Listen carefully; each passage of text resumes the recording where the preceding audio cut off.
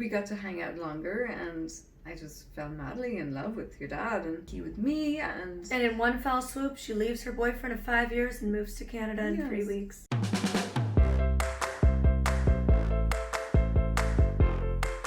Hey guys, it's Molly here again with Mama B. She's flown back in for another video. A few weeks ago, I did a little interview where I asked my mom your questions for her, and you guys really enjoyed it and you wanted to see more. You had so many questions, so today we're answering 8 more of your burning questions. I'm shocked that you actually invited me back in.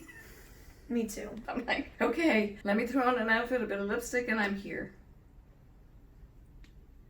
What a saint.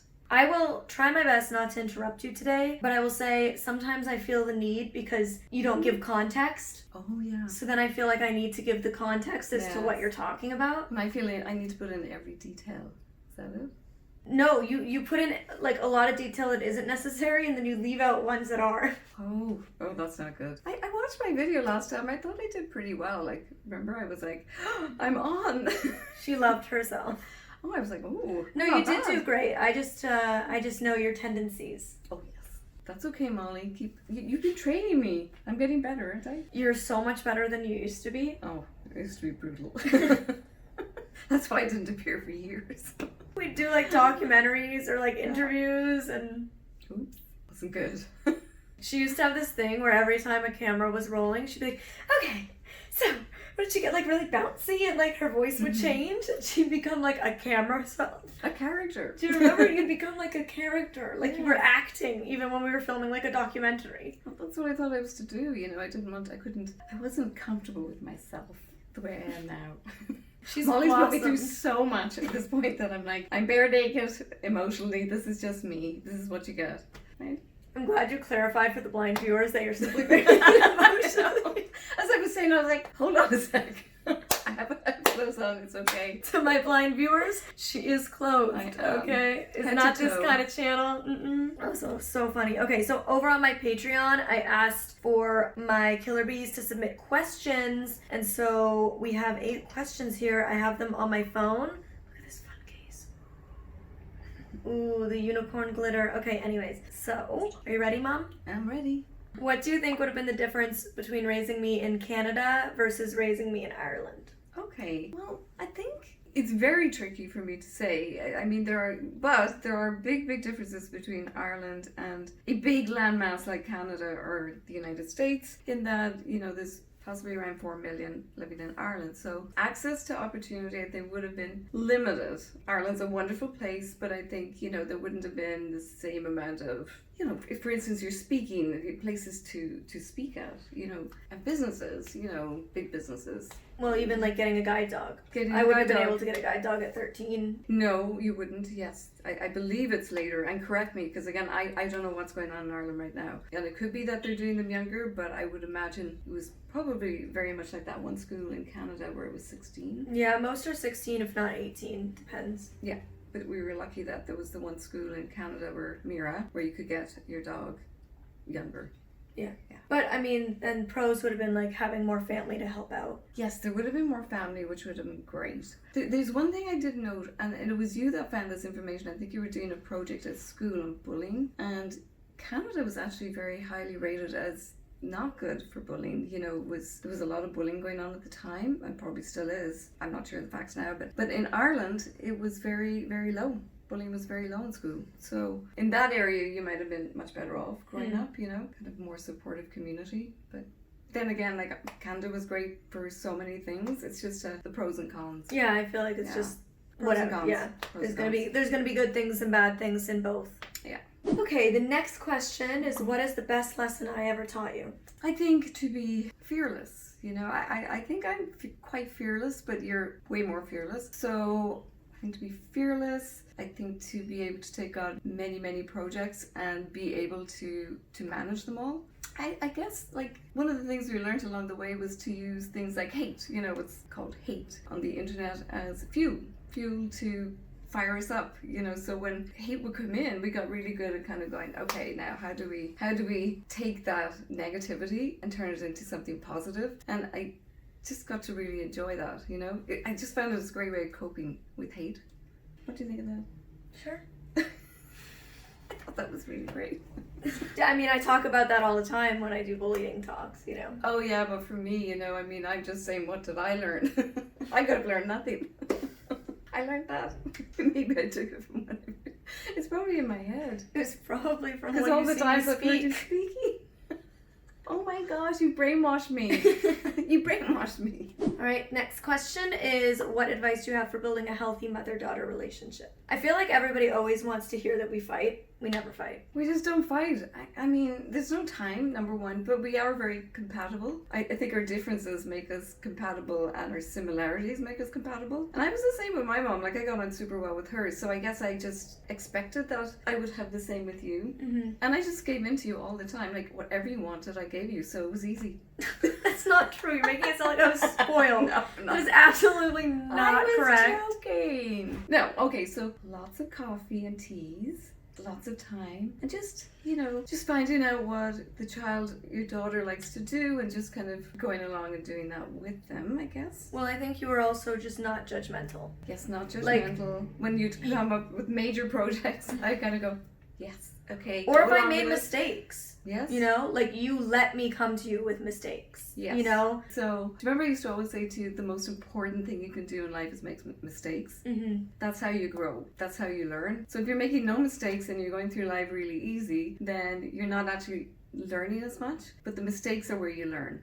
Yeah. Yeah. So I was always happy to let you make mistakes, and then you'd learn from that, while kind of supporting you in the background as much as I could. Yeah. Yeah, I even had to say to your school, do you remember at your schools, it'd say, please let Molly make mistakes. You'd be like, let her skip class, let her, Yeah, let her just do what the other kids do. Like, don't, sounds terrible, but if you see her, like, leaving the school with her friends and they're escaping because they don't want to go to class, just let her go. Maybe pull the other ones back, but let her go. No, I don't mean that, but, like, don't, you know, because you always had extra adults around you. Yeah. So I always had extra eyes and extra attention. To have that freedom, yeah. Mm-hmm. You're always under a microscope, really. Yeah. And I didn't want that for you as much as possible. It was like, please let her make her mistakes. Yeah, you always just let me make mistakes. You didn't get mad at me. You let me come to you, tell you my mistake, and talked about it with me instead of, like, punishing me or getting angry. Yeah, I was dying to hear what you did. She wanted all the tea. But also, like, my parents were like that. I remember, like, they just let me make mistakes, you know, and then, and that's how I learned. I was always, like, amazed. You know, if I did go out and have a few drinks too many, you know, my late 20s. I never drank when I was young. No, you know, kind of, they would just laugh, you know, at me if I was feeling not so good the next day. They were so relaxed about it. I was always like, that's amazing. That they could be so relaxed, you know. So I think that I just carried it through. Yeah, you guys never judged me when I made mistakes. You guys just made it a conversation instead of, like, anger or punishment, which I really appreciated because it meant we always had, like, a very open line of communication. Mm-hmm. So I felt like I could turn to you for advice and help, which is why our relationship became so strong. Like, if our relationship was just about having fun together, it wouldn't have... It wouldn't have stayed...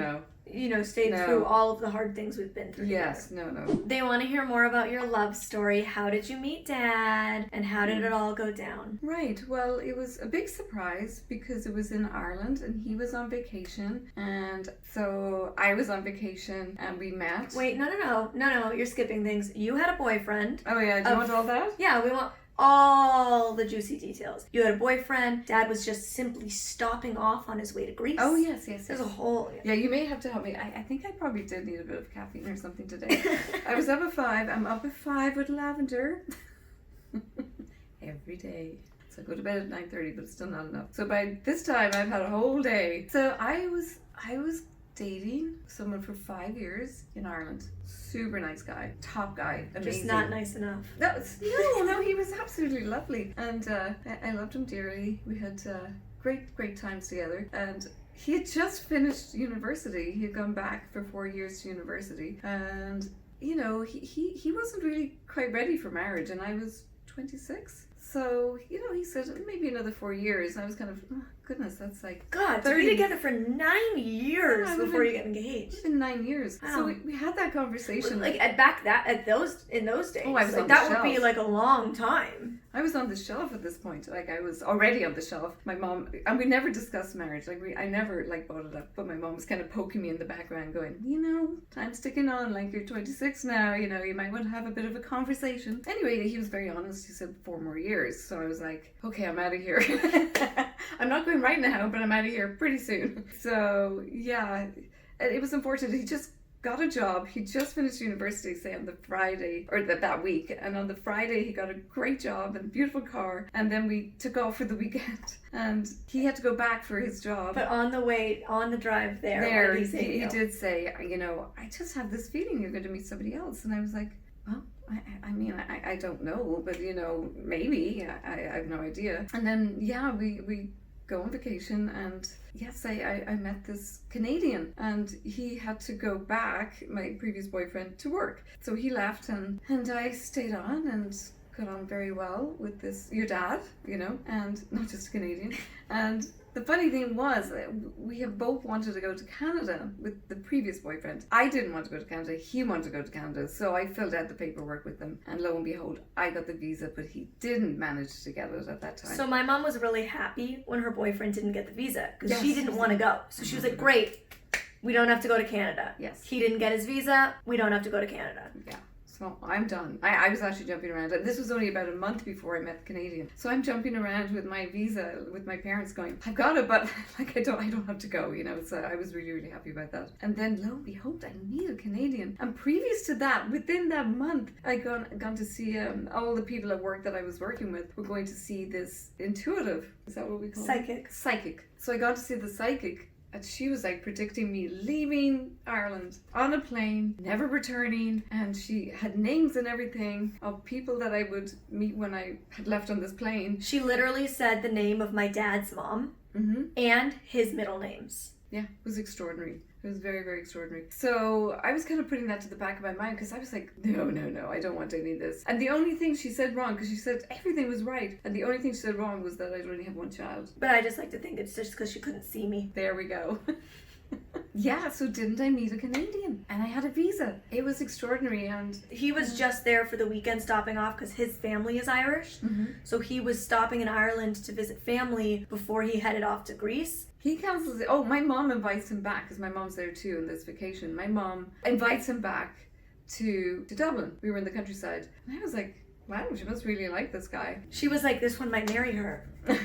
Yeah, maybe. Probably, actually. No, I don't think so. But anyway, she invites him back if he wants to come back and visit Dublin. So I'm like, okay. Meanwhile, he was explaining that he was actually on his way to Greece, but he had decided to not go to Greece and that he would come to Dublin. So we got to hang out longer, and I just fell madly in love with your dad, and he with me, and in one fell swoop, she leaves her boyfriend of 5 years and moves to Canada in 3 weeks. I mean, I felt terrible about that, but I knew he had 4 more years to meet somebody else, and he did. He was a very successful person and a very, very nice person, so I knew he would have no problem meeting somebody else, which he did. So I was free to marry your father. So she moved to Canada after 3 weeks of meeting him. Moved in with his family. Yes. We had no money. We had no money. I had to get a job and everything. I was a photographer at the time in Ireland, but I didn't know anyone in Canada, so I had to figure out a new, job and stuff. So I... You were 26 and he was 25. Yes, he was a year younger than me. And he was in advertising, low on the run, very low on the run. New into the business. Yeah, he kind of had just left university. So, yeah, we had very little money, so we stayed with his parents, and I got a job in retail and quite enjoyed that, actually. I like that. Very fashion, and it was great. Oh, yes, and then he proposed 3 months later. We got engaged, and then after that we got married a year later, and it was great from the beginning, and it's still great.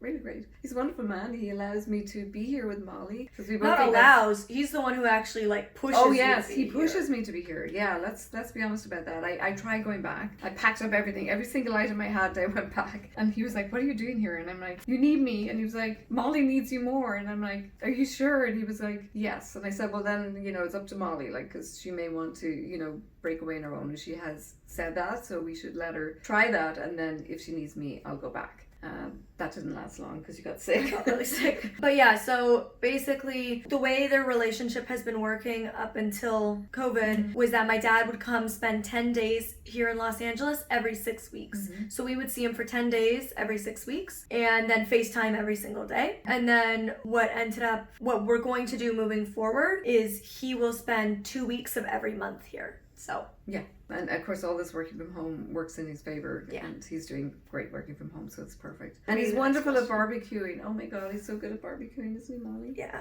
I miss his steak. I miss his steak, yeah. Yeah. Red skin potatoes. And he's really funny, isn't he? Very funny. He's very humorous. Me and him share the exact same sense of humor. Like, I know if I think something's really funny and I show it to my mom, she's probably gonna be lost. But if I'm I show really it to... funny. It's not that I'm not funny, because I'm really funny too. No, you just have a very different sense of humor to my dad and I. But if I show something to my dad, he will think it's funny. Yeah. My dad and I always think the same things are funny. If he thinks something's funny, I'll think it's funny and vice versa. So we always like the same stand-up comedians. We always like the same jokes. Which is lovely. We'll run to my mom to tell her, and she's like, stony faced. And we're like, really? It's hilarious. And she's like, Yeah. No, but it's great. I love that you have time with your dad and you have that in common with him. So the next question is, what advice would you give to your younger self? Absolutely none. I'm perfect. What was happened? Not a thing. Done. Great. Glad we asked you that. Joking. What would I I don't know. What do you think I would say to my younger self? Like, be less shy. I was so shy. Oh my gosh. Can you believe I that was now? the shyest person in my class. I was tiny, so you can imagine. And I was the eldest. Okay, let's get this. I was the eldest in my class. I obviously was held Her back. birthday's January 1st. January 1st, so I was the eldest. Then I was the tiniest. And I was so shy. I was like a mouse. So that was a lot to handle growing up. And then, I don't know what happened after that. I came to LA and I don't know, just something changed. I know I did. I changed you've been crazy over the years. before LA. Yeah, no, I changed over the years. You know. I feel like Dad really brought you out. Yeah, Dad, look at all his joking and, just... I feel like any good relationship, you and Dad helped each other grow. Yes. Like, you really helped him in many ways and he really helped you in many ways, which is what a yes. good relationship should be, is you both push each other to be better. Oh, do you know what he said? We have to share this. It's so funny. Okay, this is for Nana, for my mom in Ireland. So yesterday, Dad's sitting eating and we're chatting on the phone, and I think I was, cooking a meal or something, and then he says, by the way, could you tell your mother that I turned into her? And I said, oh, why? And he says, well, I'm on a strict schedule with my meals. I'm eating super healthy. I'm walking and exercising every day. And I'm like, oh my God, you are like my mother. That's crazy. So we had such a laugh over that. They're actually quite alike. They're very funny. They're both very funny. So, which is why I really liked your dad, because my mom is very funny. She's very bubbly and very crazy and funny. And so's your dad. So, yeah. What do you miss most about Canada? Yeah, that's easy. I miss the food. Yeah. Like the food. Same thing I always say. Definitely very good. Now, it's not bad food here, but I do miss the food. The restaurants are amazing and it's so varied. And everywhere you go, mainly if you're going to the, good restaurants, and they're just very tasty, isn't it? Yeah, even the food in the grocery store. Yeah, the food is more flavorful in general. Like when you go to restaurants, the food has more flavor. I feel like the ethnic foods are more authentic. I feel like even the foods you buy in the grocery store have less filler. We have much stricter rules around what can and cannot be put into foods than here in America. Yeah. So the food quality, I would say overall, is very different, whether it's grocery store bought or restaurant. And I know you also miss Starbucks green tea lattes. I do, because the ones here are sugary. And yeah, they're very sweet. I'm not a sweet person. I'm a very sweet person in personality, but let's get this right. But I'm not. I don't need any more sugar. You don't have a sweet tooth. I don't need any more sugar, Molly. I'm sweet as it is. And my dad, you miss my dad. Oh my gosh, Molly. That's a terrible... I said all glowing. I know, I'm joking. Yes, and I miss your dad. What does your dream retirement look like with Papa B? My dream retirement with Papa B? Oh, just the two of us together on an island. Molly's happy in her world. Brady's happy in his world. I think you know what I was thinking? I was thinking about this one. I'm thinking I want to write a book, and then I might start my YouTube channel. Just putting it out there. Maybe I'll even have your dad on as a guest. Okay.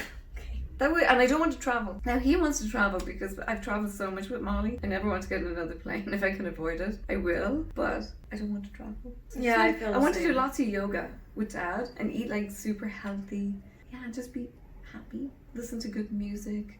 The occasional glass of red wine. Be in nice weather, which probably means probably would have to come here like probably 6 months of the year. It's a little chilly. Or live here. Or live here. Okay, last question. We finally made it. Mm-hmm. What was your first impression of Adrian, my boyfriend, when you met him?